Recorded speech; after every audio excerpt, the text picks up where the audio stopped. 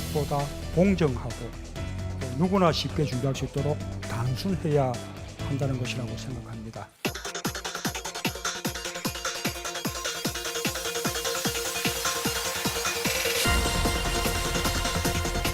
국문학 추진 방향은 공정성, 중립성, 책임성, 투명성 확보입니다.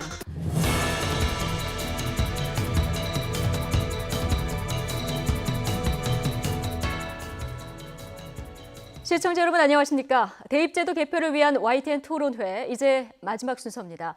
지금 중학교 3학년인 학생들에게 적용될 대입제도를 개편하기 위해서 공론화 작업이 진행 중이고 대입제도 개편 공론화위원회가 의견 수렴 절차를 거쳐서 4가지 시나리오를 설정했습니다. 자, 각각의 시나리오를 대표해서 말씀해 주실 패널들을 모셨는데요. 순서대로 준비된 발언부터 듣고 토론 시작하도록 하겠습니다.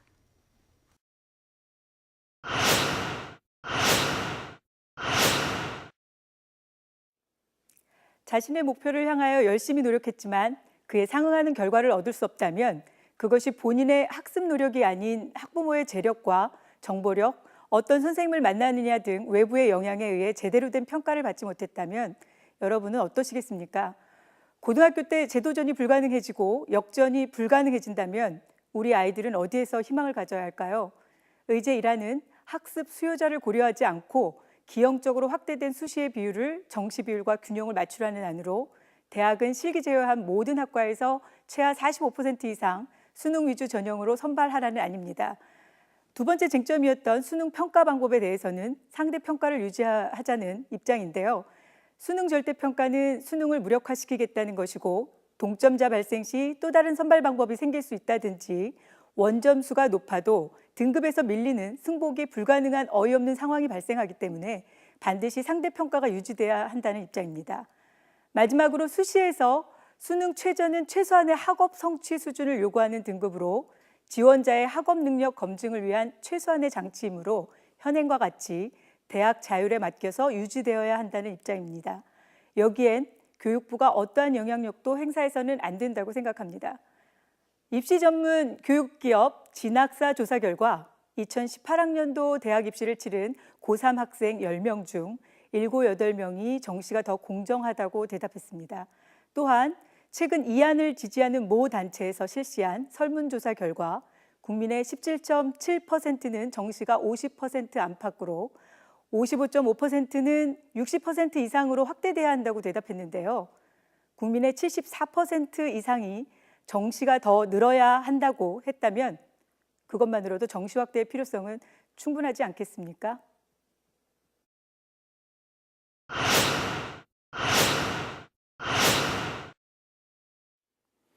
교육은 1등이 아니라 개개인의 성장을 더 중요하게 생각해야 합니다. 잘하는 학생은 잘했다고 인정을 받고 부족한 학생들은 더 잘할 수 있도록 모두가 협력하여 함께 성장하는 교육을 꿈꿉니다. 공론화 의제의 두 번째 시나리오는 상대적인 서열보다 학생들의 학업 성취가 더 의미 있게 반영되는 대입제도를 추구합니다. 대입제도 개편은 학생들과 대학의 다양성이 존중되어야 합니다. 선발 과정에서 학생들의 다양한 특성과 장점들이 잘 드러나고 학생을 선발하는 대학의 다양한 상황도 고려되어야 합니다. 이를 위해서 모든 대학에 강제적으로 전형 간의 비율을 제시해 줄 수는 없습니다.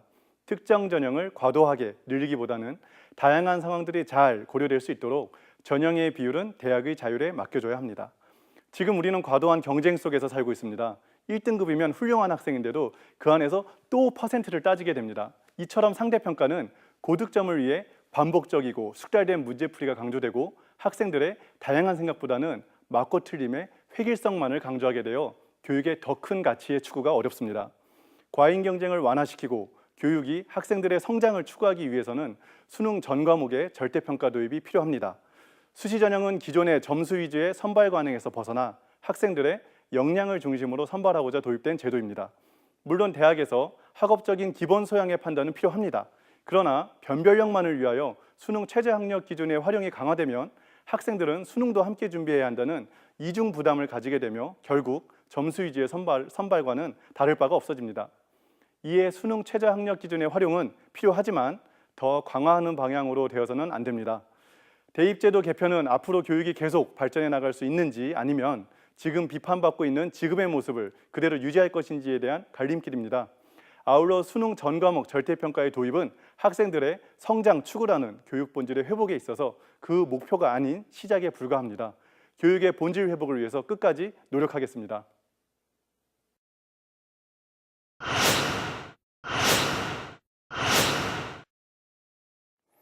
이번 2022학년도 대입제도 개편 시나리오는 그간 유례가 없던 공론화 과정을 통해 대학의 입장이 아닌 다양한 이해관계자들이 함께 만들어낸 시나리오입니다. 학교 교육의 변화와 학생의 성장과 잠재 역량을 대학의 미래지향적 관점에서 접근하였고 입시 혼란과 대입 준비 부담을 가장 최소화한 안정적이고 예측 가능성을 높인 시나리오입니다. 먼저 학생부 위주 전형과 수능 위주 전형 간 선발 비율은 대학의 자율에 맡겨야 합니다. 하지만 특정 전형 하나만으로 학생 선발은 지양해야 합니다. 이는 학생의 다양한 특성과 사회 경제적 배경, 지역 여건이 다르듯이 대학 또한 특성과 기능, 설립 유형, 지역의 규모의 차이에 따라 학생 선발 구조가 다르므로 일률적 선발 비율은 대학의 경쟁력 역할을 불러올 수 있습니다. 수능 평가 방법에 있어서는 상대 평가를 유지하여 선발의 변별력을 갖는 것이 중요합니다. 전과목 절대평가 시 대학은 변별력 강화를 위해 원점수 활용, 교과 내신, 대학별 고사와 면접 등 다양한 전형 방법 활용으로 오히려 수험생들의 부담만 늘어날 수 있습니다. 향후 학교 교육의 변화에 따른 수능 성격 변화의 가능성을 고려해 장기적인 대비도 필요합니다. 수능 재장력 기준 활용 여부는 대학의 특성과 모집단의 특성에 따라 대학이 자율적으로 활용할 수 있도록 해야 합니다. 수능 재장력 기준은 학생 위주 전형에서 최소한의 학업성취 수준을 요구하는 것이므로 등급을 강하여 수험생들의 부담을 주어서는 안 됩니다. 이번 시나리오는 미래지향적인 대입 제도로서 안정성과 지속성, 입시 혼란을 최소화한 투명하고 공정한 창의융합형 인재를 선발하는 제도라고 생각합니다. 감사합니다.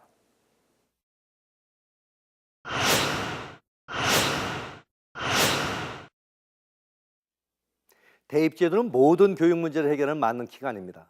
대학생을 선발하는 제도이고 선발 제도는 선발 기능에 충실해야 됩니다. 우선 정시의 비율을 확대하고 수시학생부 교과 전형과 학생부 종합전형의 비율의 균형을 도모하자라는 것이 의제4의 제안입니다. 더 정확히 말씀을 드리면 학생부 종합전형의 비율이 교과 전형의 비율을 넘어서지 않도록 한다는 가이드를 제시하는 것입니다. 지금 대입제도의 폐해를 해결하기 위해서는 지나치게 높아진 수시의 비율을 낮춰야 될 뿐만 아니라 불공정한 대입제도라는 비판의 대상이 되는 학생부 종합전형에 대한 제한도 필요합니다. 또한 전국의 각 대학의 여건이 다르다는 점도 고려해야 됩니다. 사실 지금 대학 입시제도의 폐해는 수시 전형을 우수학생 선점의 도구로 활용해온 소위 최상위권 대학들의 책임이 큽니다. 이 최상위권 대학들은 학생부 종합전형의 비율이 대단히 높고 교과 전형의 비율은 대단히 낮습니다. 학생부 종합전형의 비율이 교과 전형의 비율을 넘어서지 않도록 하는 가이드가 정립되면 최상위권 대학들은 수시의 비율을 대폭 낮추게 될 것입니다. 왜냐하면 이 대학들은 일반고 학생들에게 절대적으로 유리한 교과 전형을 선호하지 않기 때문입니다. 따라서 최상위권 대학들이 교과 전형의 비율을 높이지 않으면 학종의 비율도 낮춰야 될 것이고요. 이로 인해 수시는 낮아지고 정시가 확대되는 그런 효과를 유도할 수 있게 됩니다. 반면 미충원 방지를 위해 불가피하게 수시로 확대해온 중위권 이하 대학들은 이러한 가이드에서 영향을 받지 않게 됩니다. 왜냐하면 중위권 이하의 대학들은 이미 교과 전형의 비율이 학종보다 훨씬 더 높기 때문입니다. 따라서 의제4의 제안은 상위권 대학들의 정시의 비중을 획기적으로 높이고 학생부 종합전형의 비중을 줄이면서도 중위권 이하 대학들이 대학 입시제도 개편에서 고통받지 않게 하는 그런 방안을 제안한 것입니다. 수능의 평가 방식은 상대 평가를 제한합니다. 감사합니다.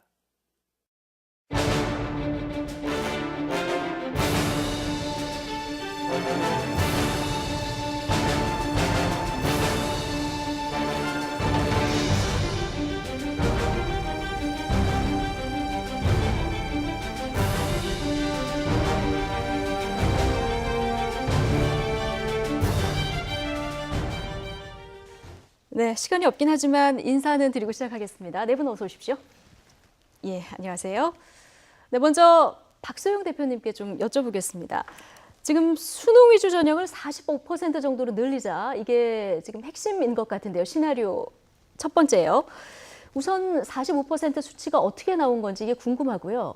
그리고 지금 대략 수능 비중이 한 20% 정도거든요. 그럼 45% 너무 급격히 늘어나는 거 아니냐 이런 목소리도 있는데 어떻게 대답하시겠습니까? 45% 이상이라는 수치가 좀 꽤 높은 비율인 것처럼 그렇게 얘기를 하는데 사실상 수치가 80%까지 확대되어지는 동안 학생과 학부모들의 의견 수렴 없이 그 일방적으로 확대시켜왔다는 부분을 저희들이 이제 가장 큰 문제라고 보고 있습니다. 예. 그래서 그러다 보니까 지난번 2019 학년도는 뭐 이미 발표가 됐지만 2020 학년도 거 그 정시 비율을 발표에 앞서서 사실 10%대까지 떨어진 비율을 발표하기가 교육부가 좀 부담스러웠던 것 같고요. 그러면서 각 대학의 뭐 정시 비율을 좀 높이라는 그런 권고가 좀 있었죠. 근데 그렇지만 사실은 연세대가 그 정시 비율을 높였다고 하는 부분은 학종 비율도 같이 높였기 때문에 그러면서 수능 최저를 폐지한 상태이기 때문에 학부모들은 실질적으로 정시가 그렇게 많이 늘어날 것 같지 않다. 이렇게 보고 있고요. 45%라는 수치가 사실은 뭐 계산을 어떻게 해갖고 제시한 거냐 이렇게 얘기하면 참 복잡한 부분이긴 한데 2018년도 기준으로 봤을 때 응시생이 한 55만 명이 되고요. 4년제 대학을 35만 명을 선발하는 그런 상황에서 수시로, 그러니까 응시생의 전체 50%가 수시로 합격하는 그런 상황이 됐습니다. 그러니까 정시로 합격하려면 엄청난 경쟁률을 뚫고 가야 되는 거죠. 그러니까 그러다 보니까 내신에서 밀린 그 사실 재학생들 90%, 그다음에 재수생 70%가 4년제 대학에 들어가기 위해서는 아주 현실적으로 너무 힘들어진 상황이고요. 그 부분 때문에 그 학생들이 희망을 잃지 않고 또는 포기하지 않고 도전하려면 적어도 반반은 돼야 되지 않느냐 그런 의미에서 사실 저희는 50%대까지도 생각을 하고 있지만 수시 2월되는 인원이 있기 때문에 45% 정도가 적당하지 않을까 이렇게 제시한 겁니다. 45%도 무리한 주장은 아니다 이런 입장이신데요. 이번에는 시나리오 2번을 지지하는 윤상준 위원님께 좀 질문을 드리겠습니다. 지금 시나리오 2번은 수능 평가 방식을 전 과목 절대평가로 하자 이것이 이제 핵심인 것 같습니다. 그런데 절대평가를 하게 되면 한 등급을 받는, 그러니까 같은 등급을 받는 학생들이 늘어나게 되잖아요. 그러다 보면은 변별력을 어떻게 할 것인가 이 질문이 당장 나옵니다. 어떻게 대답하시겠습니까? 그 수능 절대 평가로 이제 전환했을 때 이제 정시 선발의 어려움, 즉 이제 변별력에 대한 말씀들을 많이 해주고 계시고요. 특히나 이제 그 많은 학생들이 동점자가 나왔을 경우에 어떻게 할 것이냐에 대한 문제인데 사실 지금 현재 정시는 점수로만 학생을 선발하고 있거든요.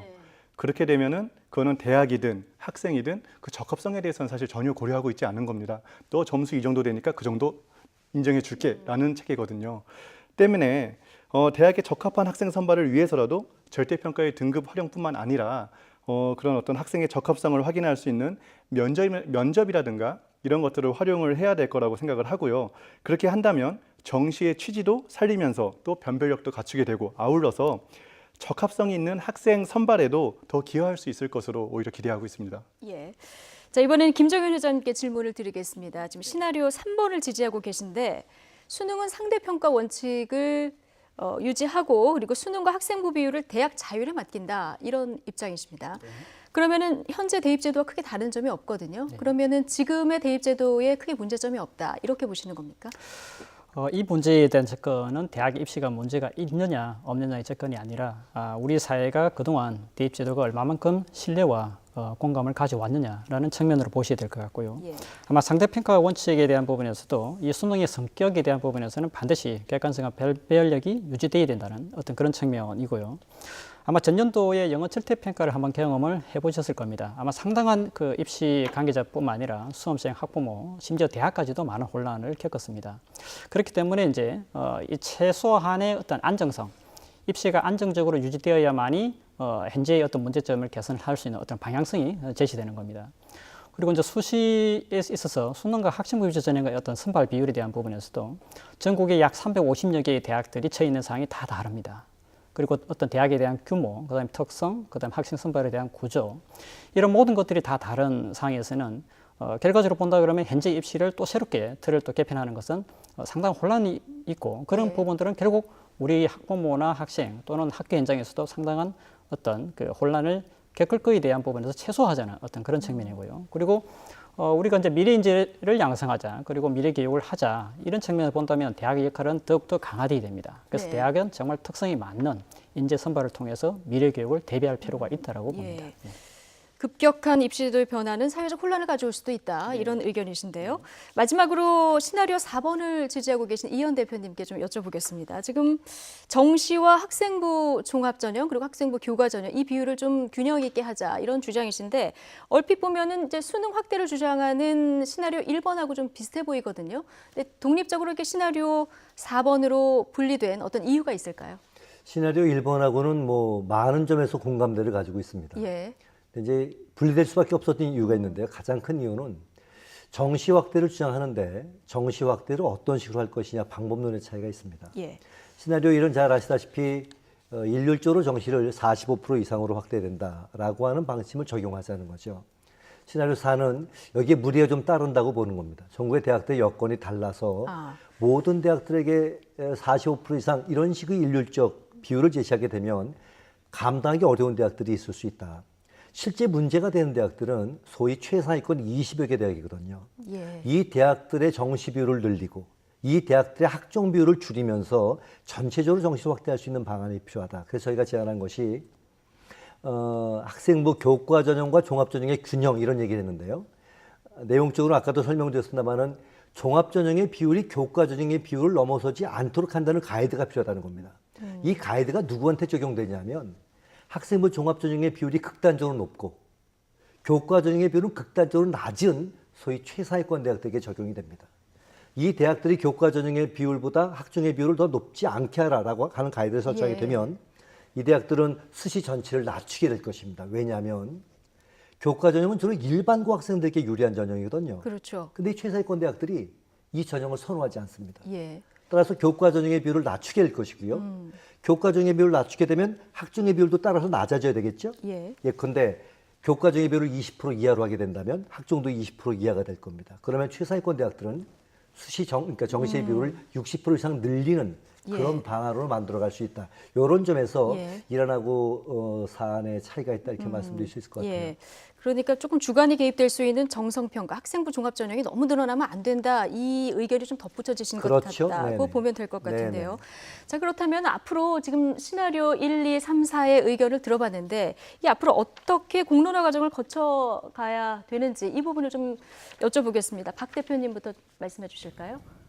네, 공론조사를 창시하신 피시퀸 교수도 사실은 신고리 원전 재가동하고는 또 다른 문제다. 대입 입시 문제는 그렇게 얘기를 했어요. 그런데 저희도 사실은 이 공론화 과정에서 이 부분이 정말 저희가 요구하는 부분들이 반영이 될까?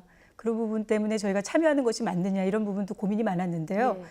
그 과정에서 또 저희가 참여하지 않으면 또 저희들이 목소리를 낼 수 없기 때문에 참여하게 됐고 그 과정이 가능하면 저희들의 목소리들이 반영이 됐으면 하는 바람도 있고 또 진행되는 과정이 좀 투명하고 공정하게 돼서 끝까지 국민들에게 저희들의 안이 잘 소개가 됐으면 하는 그런 바람이 좀 있습니다. 네, 다음 윤상준 의원님 의견 들어볼까요? 네.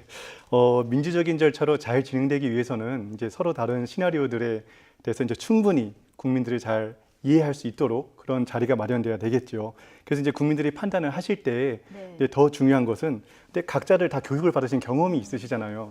그 경험에 의해서 이제 판단해 주신 것도 중요하지만 교육은 사실 미래지향적이거든요. 네. 우리가 앞으로 미래에 교육이 지향해야 될 가치가 무엇인지 그것에 대해서 이제 먼저 고민을 한번 해보시고 그것을 근거로 기반을 하여서 이러한 여러 가지 시나리오들에서 주장을 하고 있는 그러한 견해나 논거들이 정말로 타당하고 그리고 그게 맞는 건지 판단을 하는 그런 과정을 통해서 결론이 도출되어야 한다고 생각을 합니다. 예. 다음 김정현 회장님 의견 좀 들어볼까요? 예. 아마 이번 대입 공론화 과정에 대한 국민들의 관심과 기대가 상당히 클 것으로 생각을 하고 있습니다. 아마 이런 부분들은 이제 국가교육회의나 공론화에서도 아마 부담 요인이 되지 않을까. 제가 볼 때는 아마 올해 이제 수기 과정, 아마 7월달에 수기 과정 1차, 2차가 있을 예정입니다만 수기에 참여하시는 이제 시민정책단 400여 분들이 정말 현재 입시 제도를 얼마만큼 이해의 수준을 높일 것인가. 그리고 또 그분들이 이제 이 제도의 현재 어떤 문제점에 대해서 어떤 정보, 어떤 학습 과정을 통해서 그분들이 좀 이해력을 높일 수 있을 것인가. 이런 부분을 좀 더 공론화 과정에서 신경을 쓰신다면 아마 이 공론화가 좀 더 성숙되지 않을까. 그리고 또 이 예. 수기 과정을 통해서 도출된 어떤 합의에 대한 부분에서는 아마 존중할 필요가 있고 그런 제시된 그런 안들이 좀 더 안정적으로 정착될 수 있게끔 많은 관계자분들이 노력이 아마 필요할 것으로 보입니다. 네. 자, 마지막으로 이현 대표님. 어떤 공론화 과정을 거치는 게 좋다고 보십니까? 많은 분들이 교육 문제에 대한 견해를 가지고 계시지만 예. 실제로 대입 문제가 사실 굉장히 복잡한 문제입니다. 그래서 이 공론화 수기 과정이 올바른 의사결정까지 하기 위해서는 많은 학습들이 필요하다고 생각을 합니다. 근데 시간은 짧습니다.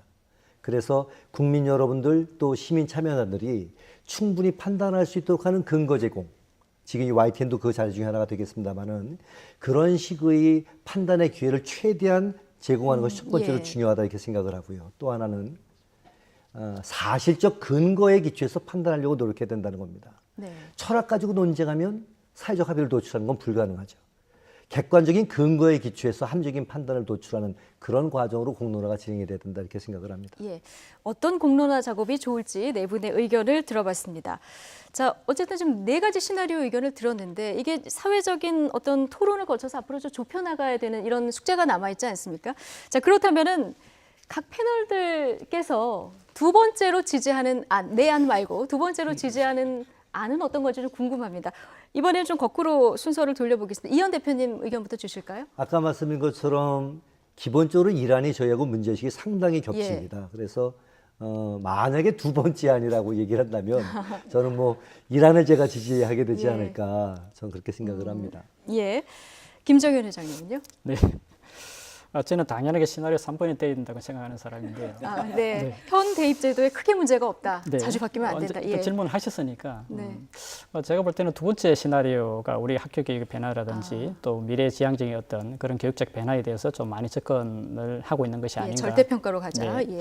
그래서 제가 이제 꼭 지지를 한다면 두 번째와 세 번째 시나리오가 약간 비슷한 유형들이 있는 부분들이 있습니다. 예. 네, 그래서 저는 두 번째를 좀 지지를 해봅니다. 두 분의 의견은 이제 조금 좁혀졌는데 그러면 이제 윤상준 위원님은 어떻습니까? 되게 당황스러운 질문이긴 하네요. 예. 전 제 주장을 좀 하고 싶은데, 네, 다른 어떤 안이 더 좋으냐 이렇게 물어보셨을 때, 뭐 덕분에 이제 다른 시나리오를 좀 더 깊게 생각을 해볼 수 있었던 것 같은데, 만약에 이 안이 안 된다라고 했을 때, 저는 3안을 이제 선택을 할 것 같습니다. 근데 예.